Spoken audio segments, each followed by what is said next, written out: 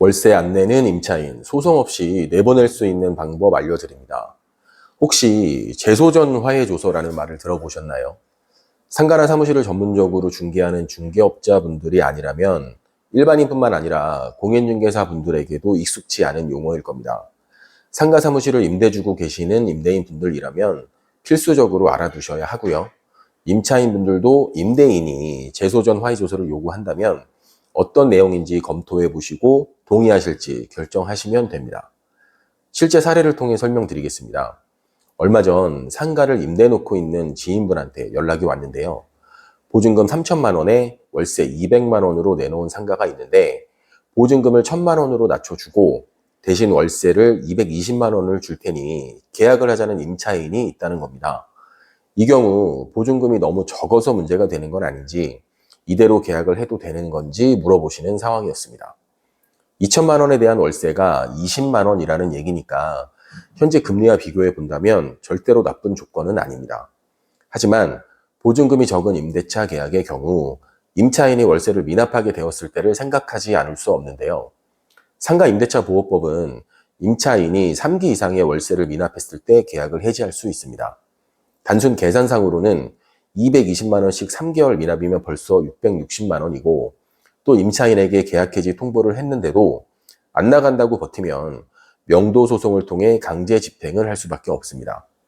다만 명도 소송은 최소 6개월에서 1년이 걸린다는 게 문제인데요.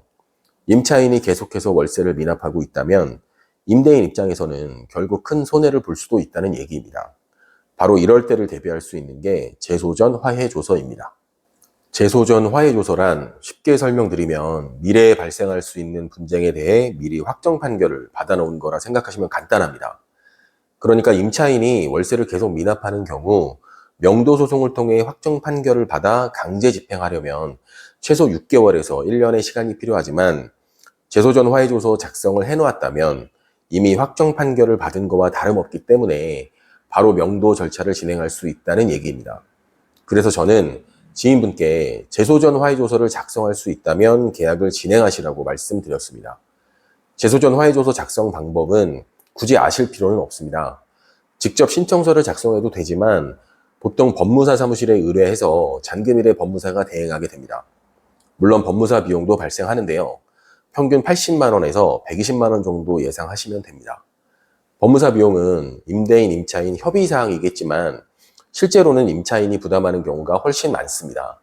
아무래도 보증금을 적게 내려고 하는 상황은 임차인이 요구하기 때문입니다. 그러니까 임대인은 보증금을 낮춰줄 테니 재소전 화해조서를 작성하고 그 비용도 임차인이 부담해라. 그럼 계약을 하겠다. 이렇게 진행이 되는 거죠. 임대차 보호법은 상대적 약자인 임차인을 보호하는 게 맞습니다. 그러나 임대차법을 악용하는 임차인까지 보호해야 하는지는 생각해 볼 필요가 있는데요. 월세를 내지 못하는 임차인의 사정도 분명히 있을 겁니다. 하지만 그렇다고 해서 임대인 또한 피해를 보면 안 되겠죠. 명도 소송에만 1년 가까이 걸리는 현재 상황에선 임대인의 피해를 최소화할 수 있는 방법은 재소전 화해조서가 유일하지 않을까 생각합니다.